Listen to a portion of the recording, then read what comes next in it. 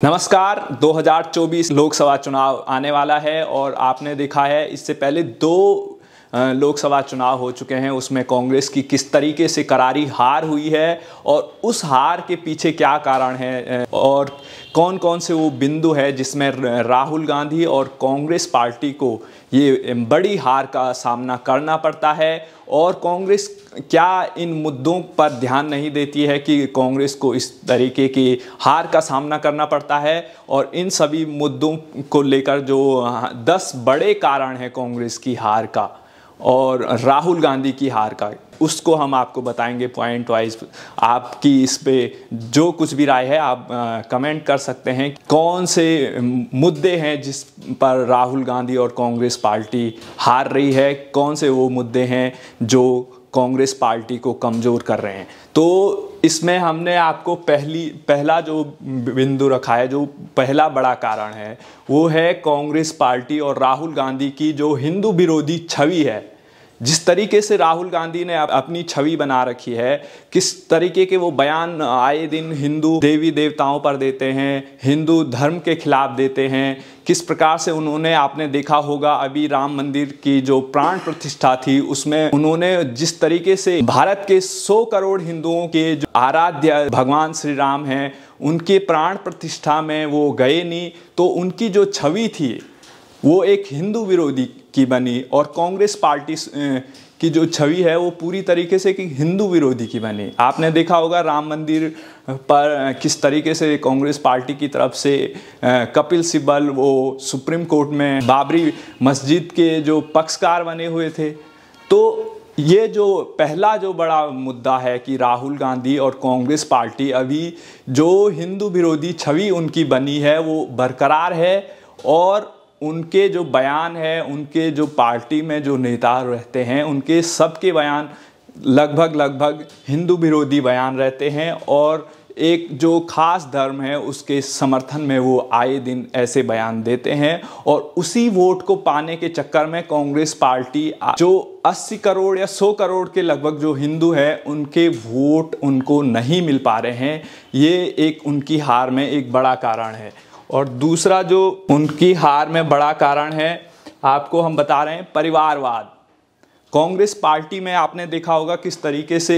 पूरी तरीके से परिवारवाद एक हावी है और उस पार्टी में जितने भी निर्णय होते हैं सिर्फ राहुल गांधी, प्रियंका वाड्रा और सोनिया गांधी, इन तीनों की जो तिकड़ी है वो इस कांग्रेस पार्टी को इस तरीके से पूरी तरीके से उनका ये कब्जा है और एक परिवार के जो निर्णय होते हैं वो एक परिवार को देखकर ये सारे फैसले लिए जाते हैं कांग्रेस पार्टी में। और जिसका पूरा जो आप देख सकते हैं किस तरीके से कांग्रेस पार्टी पूरी तरीके से परिवारवाद के चंगुल में अभी भी फंसी हुई है और कांग्रेस पार्टी के जितने भी निर्णय होते हैं सिर्फ सोनिया गांधी, प्रियंका गांधी और राहुल गांधी ही सारे फैसले लेते हैं, जिसके कारण से आज भी कांग्रेस पार्टी का ये हश्र है। तीसरा जो बड़ा कारण है उसको हम आपको बताएंगे। तीसरा बड़ा कारण राहुल गांधी का, आप कभी भी भाषण देखते होंगे, राहुल गांधी जब भी भाषण देते हैं जो जनता के मुद्दे होते हैं उनको उठाने के चक्कर में राहुल गांधी कुछ ऐसे तर्क देते हैं जो कि मजाकिया होते हैं। जो तर्क मतलब राहुल गांधी ऐसे ऐसे तर्क देते हैं, आपने देखा होगा किस तरीके से राहुल गांधी जब भी जनता के जो मुद्दे उठाने पड़ते हैं, जब भी वो मुद्दा उठाते हैं जनता के, तो कुछ ऐसे बयान दे देते हैं जिनको लोग काफ़ी मीम बना लेते हैं उन पे, जिसके कारण राहुल गांधी की जो छवि है वो एक सीरियस नेता की नहीं है। लोग उनके बयानों को हल्के फुल्के मजाक किया तौर पर ले लेते हैं, कॉमेडी के तौर पे लोग ज़्यादा उनको पसंद करते हैं और नेता के रूप में उनकी जो छवि है वो अभी तक नहीं बन पाई है, जिसके कारण आपने देखा होगा कांग्रेस पार्टी का आज ये हश्र है। और चौथा जो बड़ा कारण है, ज़मीनी सच्चाई कांग्रेस पार्टी के लीडरों को पता नहीं है और जो भी वो फैसले लेते हैं बिना ज़मीनी सच्चाई जाने हुए ऐसे फैसले लेते हैं, ऐसे बयान देते हैं, मुद्दे उठाते हैं, जिसके कारण कांग्रेस का जो ये हश्र है वो लगातार पिछले 2014 से होता हुआ आ रहा है। पांचवा जो बड़ा मुद्दा है कि बिंदु है राहुल गांधी और कांग्रेस पार्टी किस तरीके से चुनाव हार रही है, उसका सबसे बड़ा कारण है कांग्रेस पार्टी का जो नेतृत्व है, चाहे राहुल गांधी हो, सोनिया गांधी हो, इन लोगों ने आज तक सिर्फ भाषण देने के अलावा, चाहे इनके जब कांग्रेस की 10 साल की गवर्नमेंट रही उस समय आपने देखा होगा कोई विकास के काम हुए नहीं। उसके बाद जब 2014 में बीजेपी की गवर्नमेंट आई और उसके बाद अब तक 2024 का तीसरा चुनाव होने वाला है, उसमें राहुल गांधी को आपने देखा होगा कि उनके पास सिर्फ भाषण के अलावा कुछ किया उन्होंने आज तक है नहीं। चाहे उनकी संसदीय क्षेत्र हो, किस तरीके से वो अमेठी छोड़ के वायनाड भागना पड़ जाता है उनको, अपनी जो संसदीय सीट है उसमें भी वो हार का सामना करते हैं। वजह क्या थी? सिर्फ राहुल गांधी भाषण देते हैं, उन्होंने अपनी संसदीय क्षेत्र में कुछ भी काम नहीं किया है,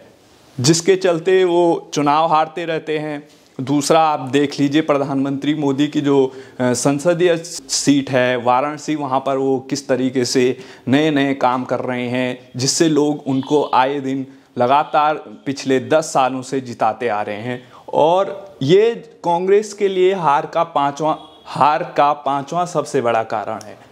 अब छठवां आप देख लीजिए जो बिंदु है, विदेश में भारत के खिलाफ किस तरीके से राहुल गांधी का जो आए दिन आपने देखा होगा जब भी विदेश जाते हैं तो भारत के खिलाफ बयान देते हुए आपको नज़र आते हैं। किस तरीके से वो आरएसएस, हिंदू और भारत के लोग ऐसे, इस तरीके के जो तर्क देते हैं उससे भारत की छवि अंतर्राष्ट्रीय स्तर पर किस तरीके से बुरी रूप में वो दर्शाते हैं, किस तरीके से वो भारत को दिखाना चाहते हैं, और जिसका सीधा असर वोटरों पर पड़ता है, भारत की जनता पर पड़ता है, और उसके बाद कांग्रेस को फिर वही हार का सामना करना पड़ता है। सातवां जो बड़ा कारण है, कांग्रेस पार्टी में आपने देखा होगा जो कांग्रेस पार्टी के जो बड़े बड़े नेता हैं जिनकी पकड़ ज़मीन पर काफ़ी अच्छी है, चाहे आपने देखा होगा ज्योतिरादित्य सिंधिया कांग्रेस छोड़ के बीजेपी में चले जाते हैं, सचिन पायलट का भी वही हाल है, अभी वो कांग्रेस में बने हुए हैं कैसे भी। और आपने देखा होगा कांग्रेस के बहुत बड़े बड़े नेता कांग्रेस पार्टी को छोड़कर सिर्फ इस वजह से चले जाते हैं कि उनको उचित पद नहीं दिया जाता, उनसे बातें नहीं की जाती है, उनकी राय नहीं सुनी जाती है, उनसे मुलाकात नहीं की जाती है, जिसके कारण कांग्रेस पार्टी के बड़े बड़े नेता जिनकी ज़मीन में मजबूत पकड़ रहती है वो भी कांग्रेस पार्टी को छोड़ के बीजेपी में जा रहे हैं। तो आपको पता ही है बहुत सारे नेता कौन कौन बीजेपी में गए हैं, उसमें डिटेल में बताने की ज़रूरत नहीं है। और आठवां जो बड़ा कारण है राहुल गांधी का, आपने भाषण सुना होगा, सिर्फ राहुल गांधी और कांग्रेस पार्टी के नेता सिर्फ बुराई करते नज़र आते हैं। उनके पास भविष्य का जो विज़न है वो कुछ है नहीं उनके भाषणों में, ना वो करके दिखाते हैं ना वो करना चाहते हैं, जिसके कारण कांग्रेस हमेशा हारती हुई नज़र आती है। नौवां जो पॉइंट है, विकास के काम जीरो हैं, केवल राहुल गांधी अपने बयानों में ही हीरो हैं। तो वो तो आपने देखा ही होगा, विकास कुछ किया होता तो अमेठी छोड़ के वायनाड जाना नहीं पड़ता। सोनिया गांधी भी अब अपनी जो संसदीय सीट रायबरेली है वो भी अब वो दूसरे जगह चुनाव लड़ना चाहती है। तो किस तरीके से इन्होंने विकास के काम जो जनता के लिए करने चाहिए थे वो किए नहीं, इसलिए आज कांग्रेस पार्टी और राहुल गांधी और प्रियंका वाड्रा जैसे नेताओं का ये हश्र है, ये इस तरीके से वो हार रहे हैं। और अब 10वां जो पॉइंट है, जो 10 बड़ी मुख्य बिंदु हैं, उसमें आपने देखा होगा जनता में इनकी कोई पकड़ है नहीं, बार बार हार जाते हैं, उसके बाद भी सुधार पार्टी में होता नहीं। किन मुद्दों पर वो हार रही है आपने देखा होगा, ए.के. एंटनी को जब कांग्रेस पार्टी ने हार पर मंथन करने के लिए कमेटी बनाई, उसमें किस तरीके से उन कमेटी की रिपोर्ट में कहा गया कि कांग्रेस पार्टी जो उसकी हिंदू विरोधी छवि बन गई है उससे उसको बाहर निकालना पड़ेगा।